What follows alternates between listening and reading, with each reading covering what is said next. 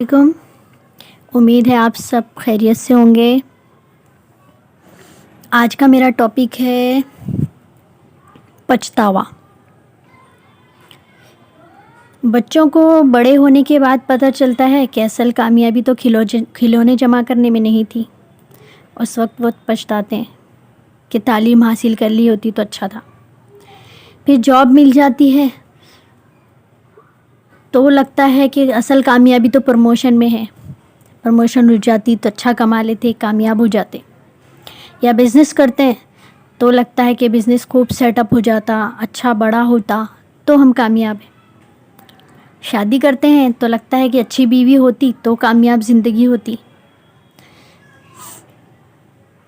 फिर जब थोड़ा उम्र ढलने लगती है तो लगता है कि काश अच्छे बच्चे होते, सेहतमंद, तंदुरुस्त, अच्छा समझने वाले, कमाने वाले, तो शायद ज़िंदगी अच्छी होती।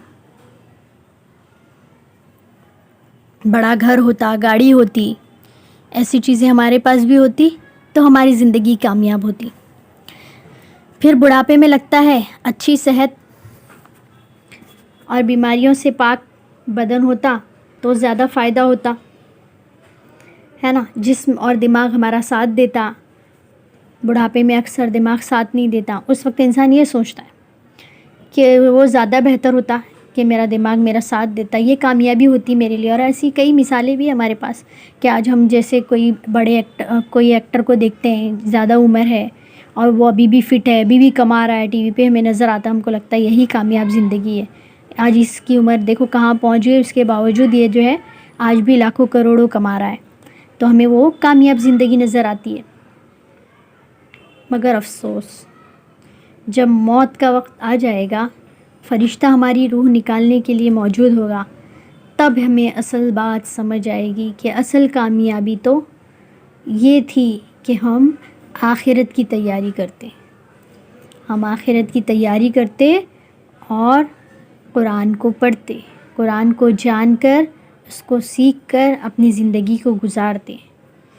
तो ये जो पछतावा होगा ना, तो ये जितने पछतावे मैंने पहले बताए हैं कि बचपन के गुजरने पे, अच्छी बीवी ना मिलने पे, जॉब अच्छी ना होने पे, अच्छे बच्चे ना होने पे, जवानी के गुजर जाने पे, बुढ़ापे के आने पे, जो पछतावे हमने महसूस किए थे ना, ये सारे पछतावे यहाँ पे ख़त्म हो जाएंगे। जितना बड़ा पछतावा ये होगा इसकी हद नहीं होगी, क्योंकि ये हमेशा हमेशा के लिए रहेगा। क्योंकि मैंने इससे पहले भी बताया कि जो मरने के बाद का वक्त है वो हमेशा हमेशा के लिए, जवानी, ये ज़िंदगी जो कुछ भी है ना, बहुत मुख्तसर, बहुत थोड़े वक्त के लिए मिली हमको।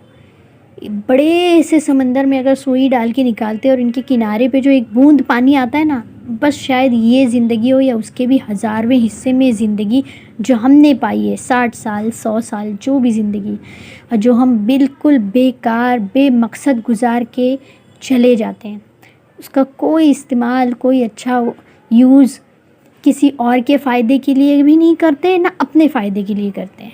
बस ज़िंदगी को गुजार के चले जाते हैं। ज़िंदगी गुजारना नहीं है, जीना है कुरान के अहकामात को लेकर, उस पर अमल करते हुए ज़िंदगी को जियो।